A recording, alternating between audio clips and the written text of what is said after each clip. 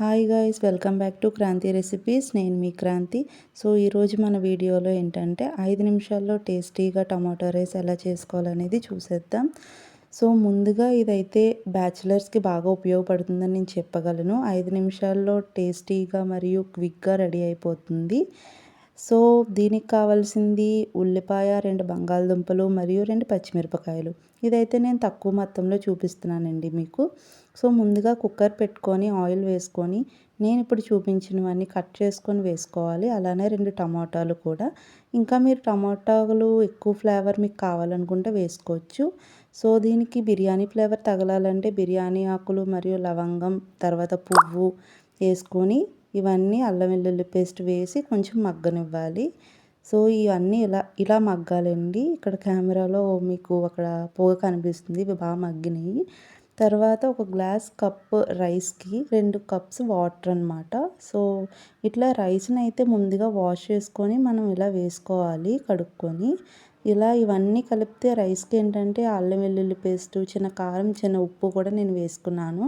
నేనైతే ఎటువంటి మసాలాలు అవి వేయలేదు. సో ఇట్లా కలుపుకోవాలండి. మొత్తం రైస్కి అయితే ఇట్లా మొత్తం పట్టేలాగైతే కలుపుకోవాలి. చూడండి నేను ఏ విధంగా అయితే కలుపుతున్నానో ఆ విధంగా స్మూత్గా కలపాలి. లేదంటే రైస్ అయితే నేనైతే నార్మల్ రైస్ తోటి చేస్తున్నాను, బాస్మతి ఏం కాదు. సో ఇలా అయితే మొత్తంగా కలుపుకోవాలి. కలుపుకున్న తర్వాత చెప్పాను కదా, ఒక కప్పు రైస్కి 2 కప్స్ వాటర్ అని చెప్పి.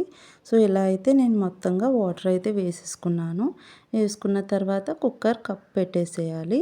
మూత పెట్టేసి ఒక్క 2-3 విజిల్స్ వచ్చే వరకు మనం వెయిట్ చేయాలి. 3 విజిల్స్ అయితే బాగుంటుందండి. చూడండి రైస్ అయితే మంచిగా ఎలా ఉడికిందో.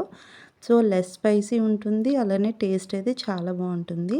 ఈ బిర్యానీ ఫ్లేవర్ కానీ, అల్లం వెల్లుల్లి పేస్ట్ ఫ్లేవర్ కానీ, అలానే మనం చిన్న కారం, చిన్న పసుపు వేసుకుంటే వేసుకోవచ్చు, కానీ అది ముందుగా వేసుకోవాలి. తర్వాత ఉప్పు తగినంత వేసుకొని మనం ఏంటంటే ఈ విధంగా అయితే రెడీ చేసుకోవాలి. సో చెప్పాలంటే చాలా టేస్టీగా ఉందండి. ఇది 5 మినిట్స్లో బ్యాచిలర్స్కి అయితే సూపర్ రెసిపీ చెప్పగలను నేను. సో ట్రై చేసి ఎలా ఉందన్నది మాకు కామెంట్లో చెప్పండి.